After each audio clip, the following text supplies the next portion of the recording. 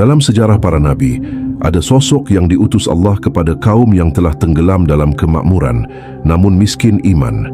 Mereka bukan kaum miskin, bukan kaum lemah. Mereka adalah kaum yang kuat, berpengaruh dan berkuasa, namun menyembah selain Allah. Dialah Nabi Ilyas alaihi salam. Allah menyebut namanya dalam Al-Quran sebagai seorang nabi pilihan yang berdiri sendirian menghadapi kesyirikan kaumnya. Wa inna Ilyasa laminal mursalin. Dan sungguh, Ilyas benar-benar termasuk para rasul. Quran Surat Ash-Shaffat ayat 123. Menurut tafsir para ulama seperti Ibnu Katsir, Nabi Ilyas diutus kepada kaum Bani Israel yang tinggal di wilayah Syam, sekitar Palestina dan Lebanon sekarang. Kaumnya menyembah sebuah berhala bernama Baal, berhala besar yang dianggap pemberi rezeki dan kesuburan.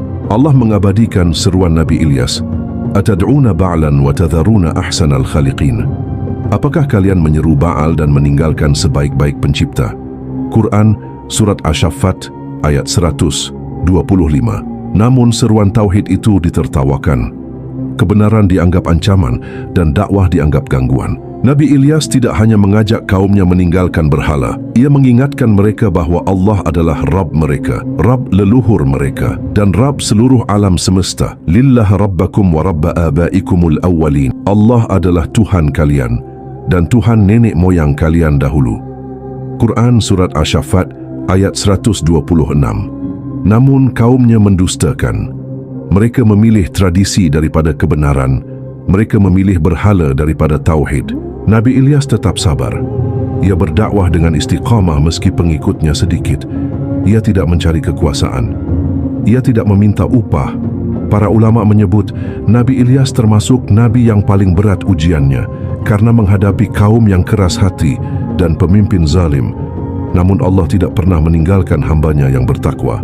Allah berfirman tentang kaum Nabi Ilyas, "Fakadzabuhu fa innahum lamuhdharuna, wa illa ibada lillahi al-mukhlisina."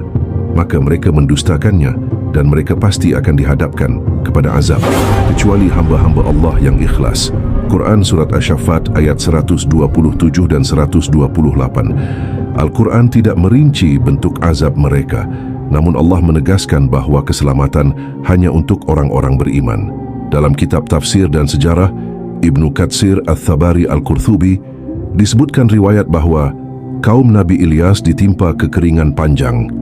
Hujan dihentikan sebagai peringatan, kehidupan ekonomi dan kekuasaan mereka runtuh. Banyak dari mereka binasa dalam keadaan kufur. Sebagian ulama menegaskan tidak semua azab harus berupa petir, banjir atau gempa.